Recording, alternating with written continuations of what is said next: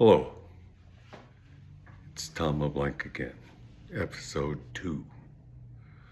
I'm going to read a poem called Mysteriously Good.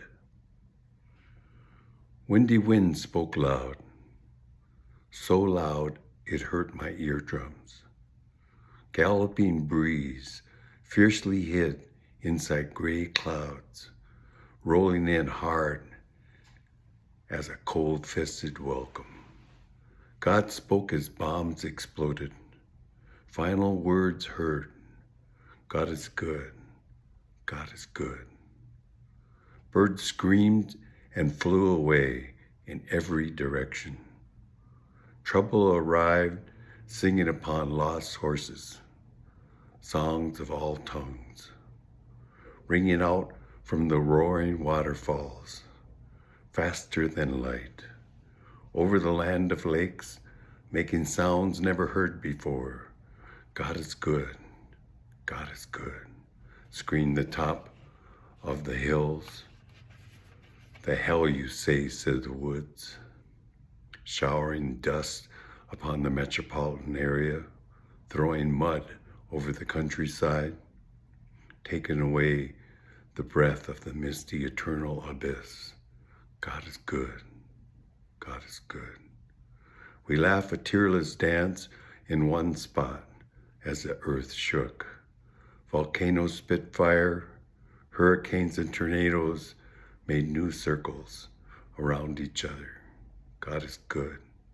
God is good in all things, allowing everlasting life to live.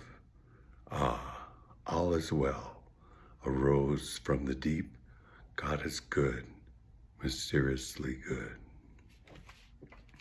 Sometimes you wonder when you see all this violence and wars and tragedies going on. I've been in earthquakes and tsunamis and tornadoes and storms, and you wonder, the power of nature and why it's happening. Things as wars that are being made. What are we to do? We as one person or few. But we don't realize that the power really is in the spirit, in the mystery within ourselves of each of us. It takes one, and one turns into 1,000, 1,000 turns into 1,000,000, and 1,000,000 turns into 1,000,000,000. Because it doesn't take many to make things change. So we have to begin to start making that change in ourselves. And it starts with love of ourselves, love of this life.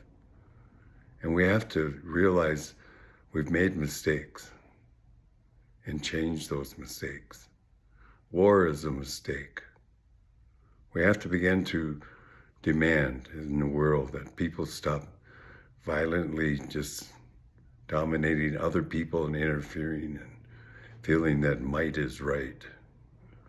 We as people that lose all this life of children and elders and innocent people, and even those that are guilty of bad acts, we have to begin to make a world that's more livable, more compassionate.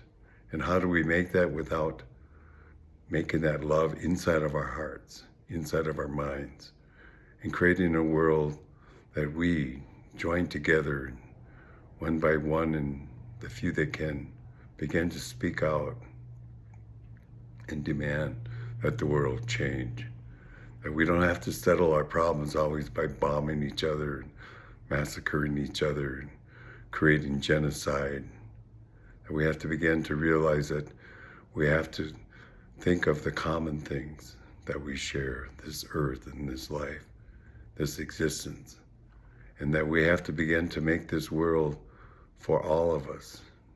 That we have to begin to realize that the times is coming to where we have to make concessions and compromises to each other and to ourselves and in the world.